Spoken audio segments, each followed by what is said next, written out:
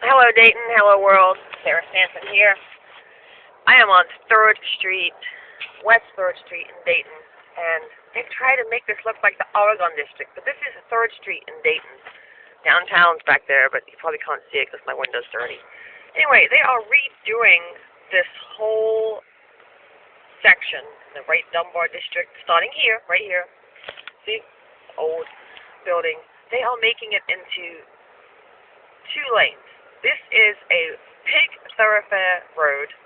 He's making it into 2 lanes to look like the Oregon District. So they have these parking sections on the side here.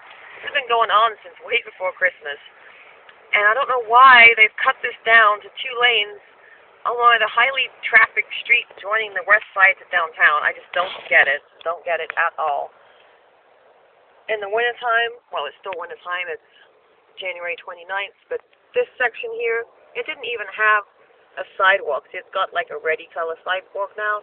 But back in December, I was watching an old man with canes hobbling over the earth that was right there. There was earth for weeks, probably over a month. And then I saw ladies taking their children to the bank and hobbling over the earth. It was just ridiculous. So this section of 3rd Street between Broadway and the other end down there before the Peace Bridge is now 2 lanes. But 3rd Street is supposed to be 4 lanes. So whose idea was that to do that? And just think of all the things they could have done with the money. There's a house down there on Conover that I used to have listed, and the new realtor didn't check it like he was supposed to. And people can go and check it. It's the first house on the left on Conover. Well, I went down there one day last October, and noticed that the door was missing because I was so used to driving by to check on it every few days, at least 2 or 3 times a week. But I drove down there, and the door was missing. And I called the realtor. I said, hey, you need to board up the door. Well, he didn't, and now all the windows are missing. And all anyone has to do is go down there, because everything I say is the whole truth, the truth, nothing but the truth. I'm serious. I get into trouble because I tell the truth. Like my new Vite flyer is going to have the fact that our new mayor has basically just dropped all the things we talked about me being on his real estate task force. I've talked to a lot of people about his real estate task force. Lots of people. I talk to people every day. I've told many, many people about being on the mayor's real estate task force. But on Monday, this Monday, January 25th, he was at the NAACP meeting at Westwood, and he was telling us about the Economic Development Task Force that he had put together with 17 people. And I was sitting in the audience thinking, okay, we've got to bring up the real estate task force. I'm sitting right here. But he didn't. So after the meeting, I said, Gary, why didn't you bring up the real estate task force? He said, well, you could ask a question. Well, I've talked to the man many times. Took him on a real estate tour last April. Talked to him about a lot of stuff. So I didn't need to be like taking a citizen's opportunity to talk to him that maybe hadn't talked to him in person before. So I didn't. But I was sitting in the audience, and he could have told everyone at the meeting that we saw through a real estate task force. And the realtor that helped him introduce him to people on the west side drove him around parts of the west side he hadn't even seen before because he only knew about Grand and Salem. And this is the end of McCall.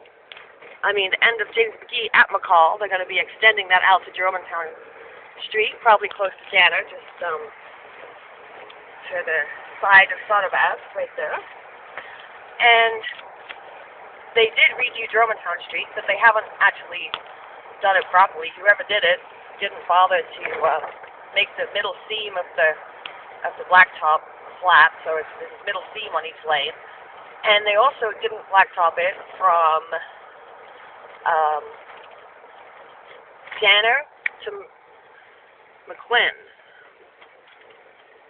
So these are parts of town I took the mayor on a tour of. I introduced him to a lot of people. I told him which places to call, which organizations. Told him to supplement it. Okay, he had to wait behind this car for a minute. So I drove him all around here. I showed him where Stony Hollow landfill was. I showed him what happened to the real estate that I've been watching just deteriorate for the past more than a decade. I'm talking years, not just the past couple of years when the foreclosure fiasco spread across the nation. I'm talking it started in Dayton, Ohio over a decade ago. And zip codes were targeted all on this side of the river, 4540678, 454161718.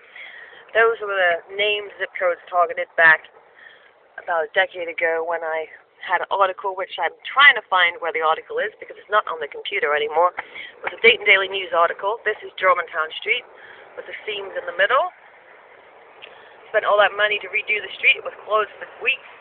Well, not closed, but it was raggedy for weeks. And then they can't even put the seams straight.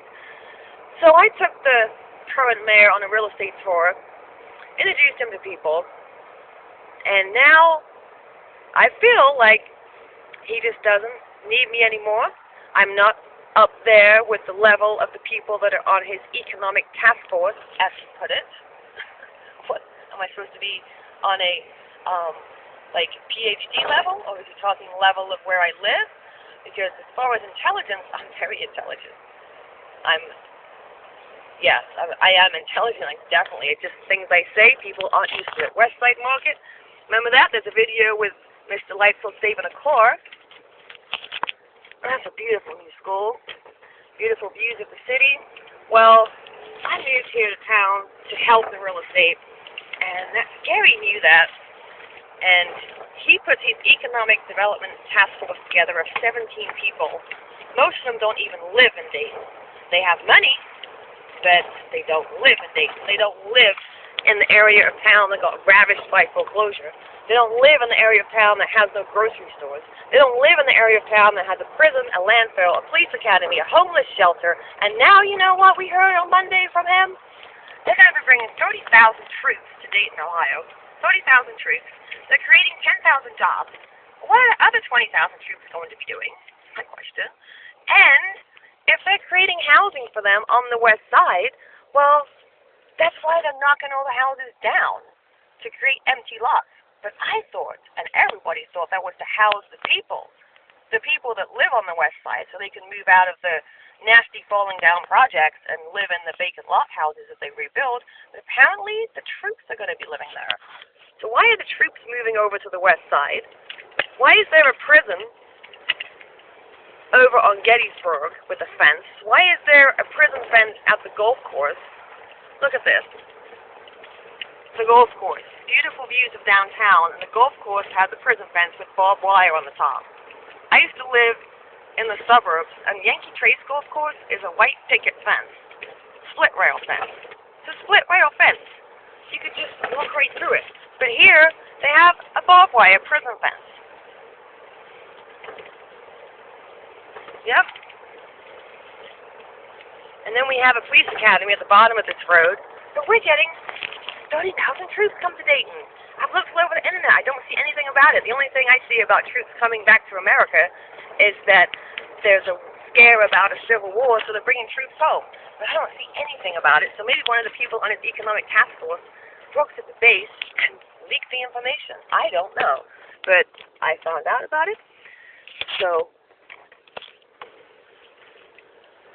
I am giving everyone else the information. Here's the police academy. They're pretty quiet when it's snowing out because it's kind of cold to be turning around in the driveway here. But that's right close to where we were. I haven't turned the phone off. We've been in the same section of it. Oops. Heavy truck traffic cut both ways before exiting. Right. Check up there. There's Stony Hollow landfill up there. When I took the mayor around last year, showed him that it was $1 million supposed to go to this area and didn't. And we have a video outside Urban Ministries talking about that. And when he was mayor, if he became mayor, I was going to help him. And he said,